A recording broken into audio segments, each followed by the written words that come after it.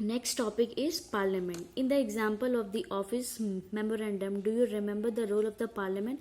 Perhaps not. Since this decision was not taken by the parliament, you might think that the parliament had no role in it. But let us give you let us go back to the story and see where the parliament figured in it. Let us recall the point made earlier by the completing the following sentence. The report of the Mandal Commission was discussed. The Prime Minister of India mentioned this in his. The Prime Minister made a decision. The decisions were not directly taken in the Parliament, but parliamentary discussion on the report influenced and shaped the decision of the government. So, Parliament play an important role. It is not directly that.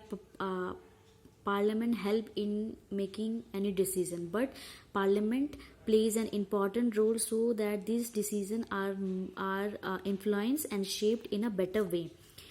They brought pressure on the government to act on the Mandal recommendation. So the parliament brought a pressure or put a pressure on the government so that they should act on the Mandal Commission implementation.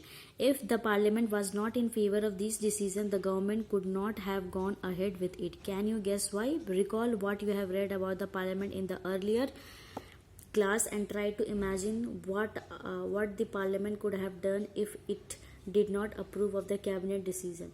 So parliament plays an important role, and without a parliament we cannot make any decision. So in the parliament it consisted of the Lok Sabha and the Rajya Sabha, and they both plays an important role. So without the help of Lok Sabha and Rajya Sabha, a decision cannot be made. So in the Lok Sabha we need at least two-thirds of majority to pass a bill, and in the Rajya Sabha so, and after getting the you can say majority, it is a department of the president to give the assent, and hence a law is made. So this is a procedure. So parliament, that means Lok Sabha and Rajya Sabha plays an important role in order to make any decision. Next is, why do we need a parliament? In our democracies, an assembly of elected representative exercises supreme political authority on behalf of the people. So in a democracy, an assembly of, that means a group of elected representative, they do all the political activity or order on behalf of the people. That means we elect our own leader. In India, such a national assembly of elected representative is called parliament. So when we the people of India, we elect our representative, that representatives are known as parliaments, and they are the member in the Lok Sabha and in the Rajya Sabha.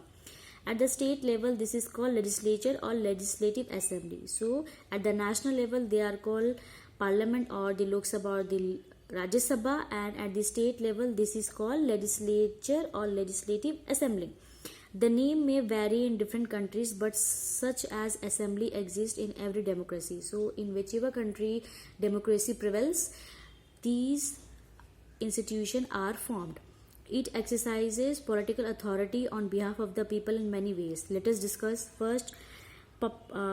Parliament is the final authority for making law in any country. So parliament is considered is the final authority who will make any law in a country.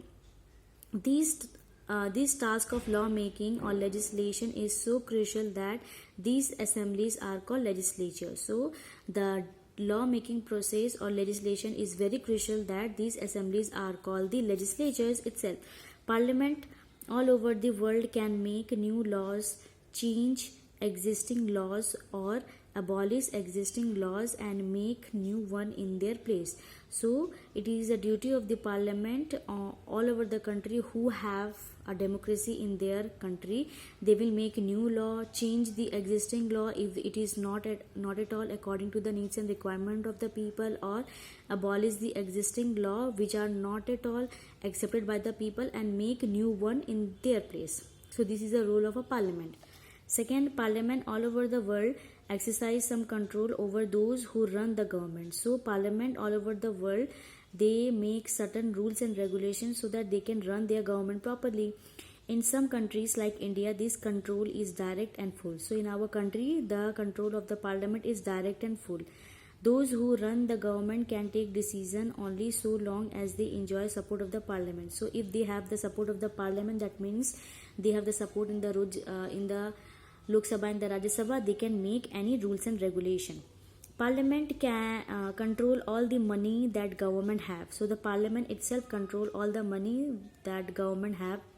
It's in most countries, any the public money can be spent only when the parliament sanction it. So in most of the countries, the public money can be spent only when the parliament sanction it. That means only if the parliament give its permission.